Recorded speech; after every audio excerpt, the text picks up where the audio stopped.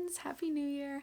It is finally 2024. I can't believe how fast the holidays went, and it is the best time of year where everyone is doing their yearly wrap-ups, their favorite books of the previous year, their worst books of the previous year, and I'm here for all of it. It is my favorite stuff to watch. So today we're going to talk about my favorite books from 2023. And let's see, how many do I have? 6, 7, 8, 9, 10, 11. 11 books. Wow, that's almost one book a month. And these are my favorite books that I've read this year, and doesn't necessarily mean they're 5 stars or anything, which seems weird, but these are just books that they hold a special place in my heart for the year. So let's just go right into it. We're going backwards because that's just how my stack is. But starting off, Divine Rivals by Rebecca Ross. I don't think anyone's surprised by this. These books haven't all come out in 2023. These were just read by me in 2023. But Divine Rivals, I think most people know what it is at this point.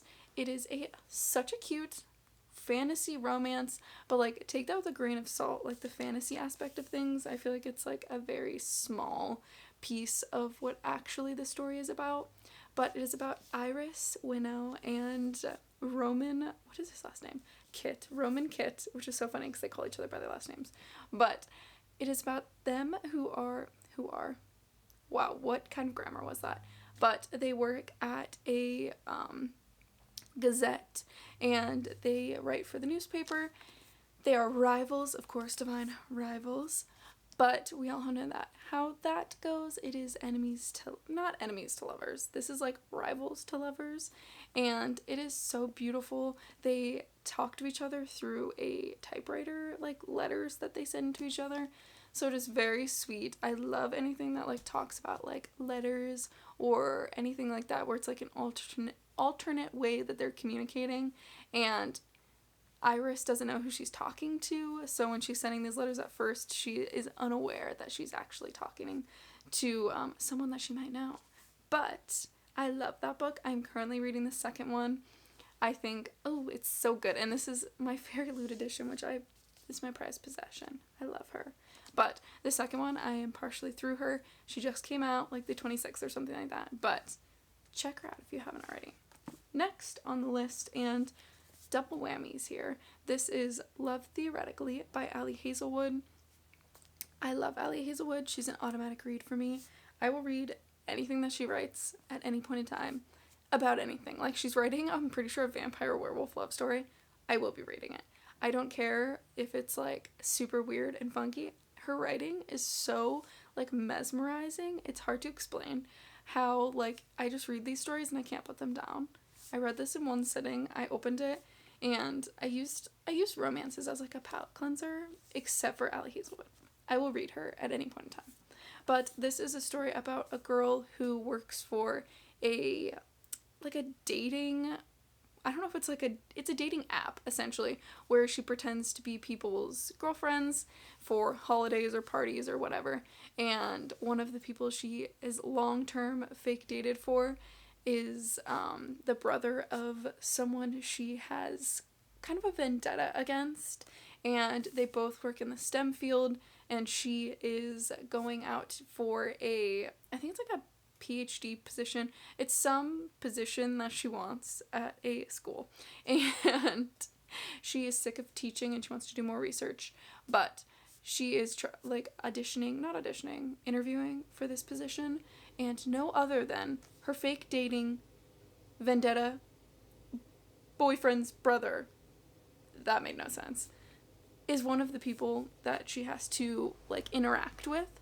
So it's so good. Like the tension in these stories is insane. I don't know how she does it. It's like so drawn out. It's like crazy. I can't even explain it. But it's so good, and all of her characters have like such like heartwarming moments too, where like they're so complex and they have a lot of depth. And I think I say that about every Ali Hazelwood book that I read.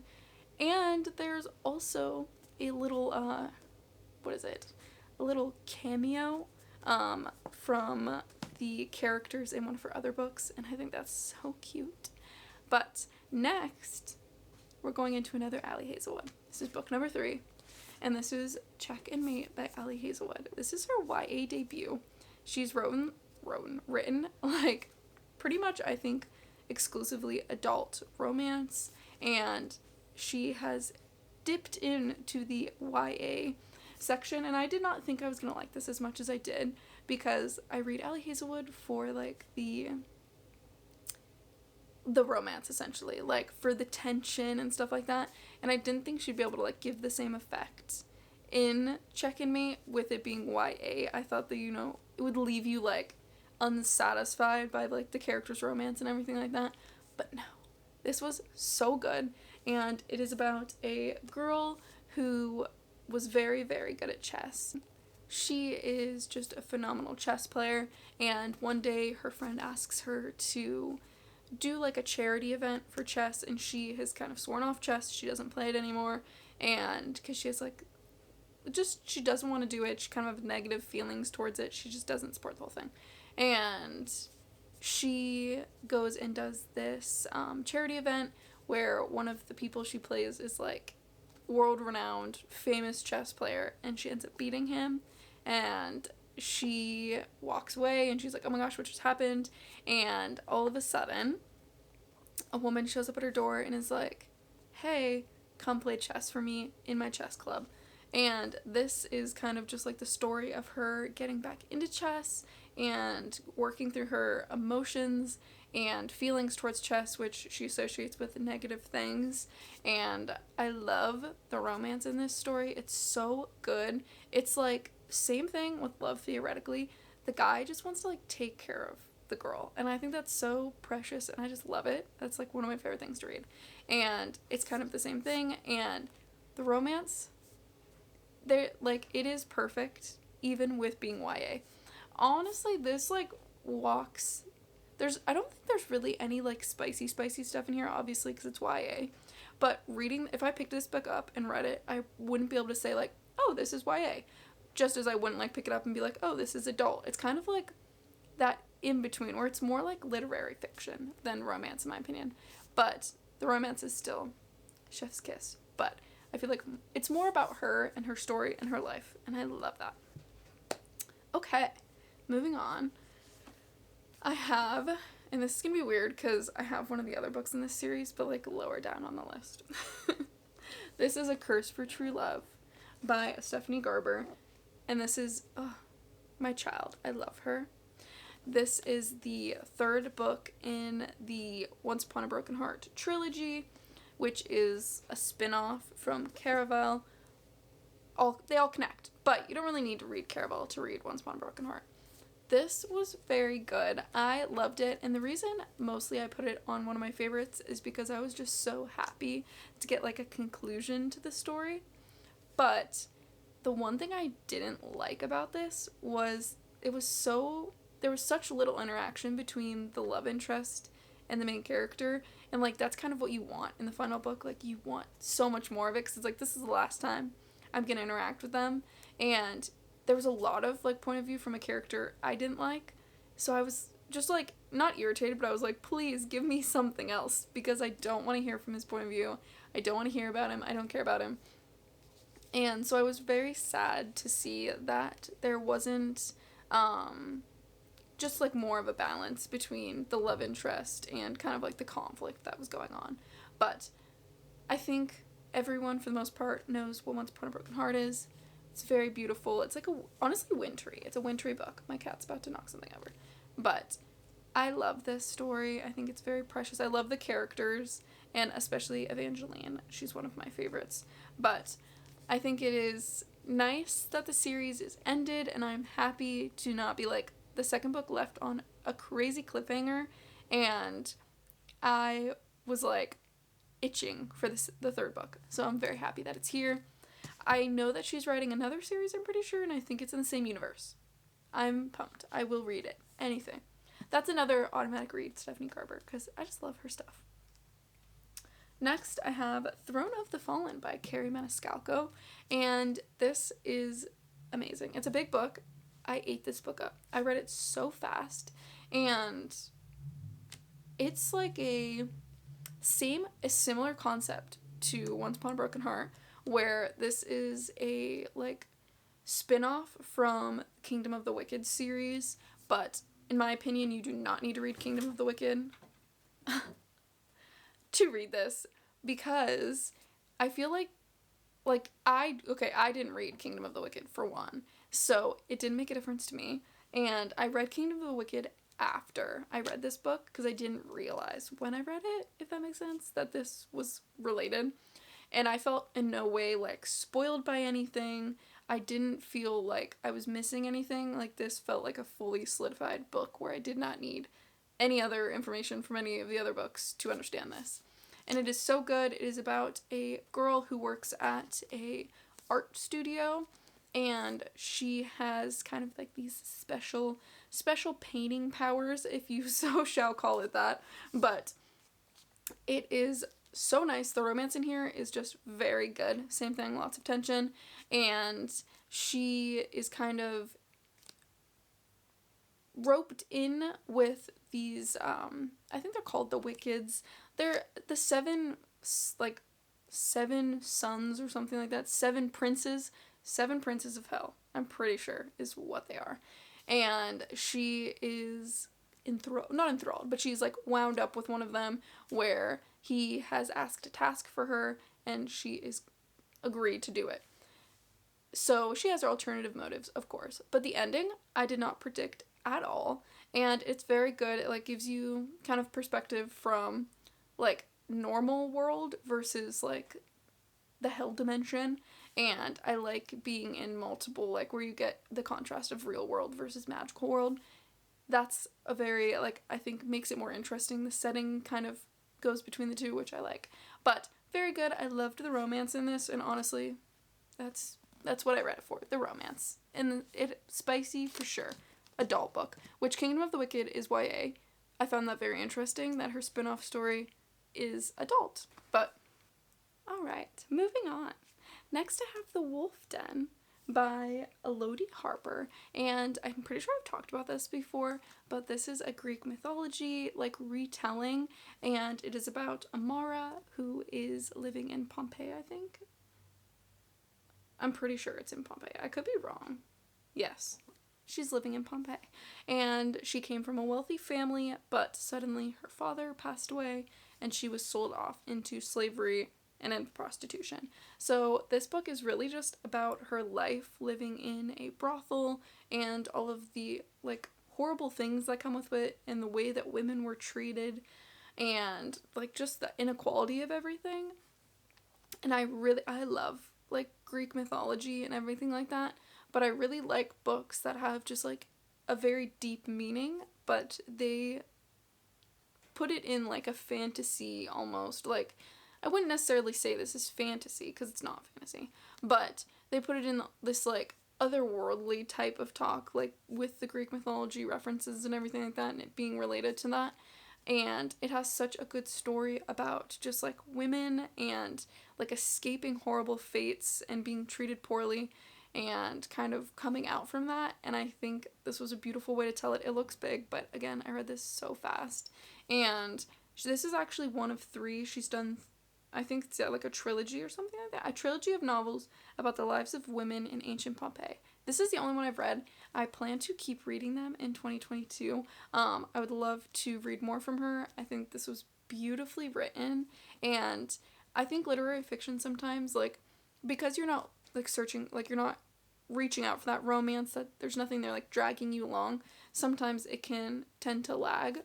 This story does not. I think it kept me, like, enthralled the whole time, and I was interested to see, like, what was going to happen next, like, every page that I read. So I think this is very beautiful, and I recommend.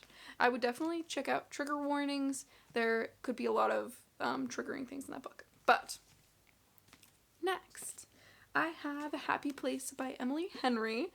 I love this book. With everything in my being, it is so good. This is another auto-buy for me. I will read anything by Emily Henry, and I'm very excited for her book that's coming out in 2024. But this is about a girl who her and her long-term, like, college boyfriend broke up because they just had different, like, they wanted to go different paths in life. And she their friend group goes on a trip every summer, and this one is unfortunately going to be their last because the summer house that they visit is being sold.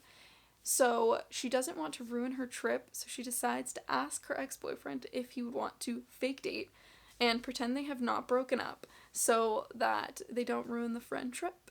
And this was so good. Honestly, this is a romance, but like, again, romance in my opinion is such a small part of this book, and it is so much more about like found family and friendships and just the way that you change when you leave college and the way that you can kind of grow apart from the people you're around. This is very beautiful, and it's also about like, I think one of the biggest things I took from it was just the aspect of taking it easier in life and slowing down a little bit, and not necessarily like, you don't want to live your life going speed, speed, speed, full speed ahead, and you're just like end up being miserable and you lose connections with people. So I think that this portrayed that in a very beautiful way, and I love this book. I love it. Oh, the spine is very discolored. The sun is not treating this book very well. Alright, I'm gonna bundle these two together because they're big books and you can't really talk too much about them without giving stuff away, so I'm just gonna talk about the gist with both of them. And this is The Way of Kings and Words of Radiance by Brandon Sanderson. Big books. I read both of these last year. I was very impressed with myself. This is like the size of like a thesaurus. Like, this is a big combination of pages. These are amazing. These are the first Brandon Sanderson books I've ever read, which is so funny because you'd think you'd dip your toes in like a smaller book, like something with less pages.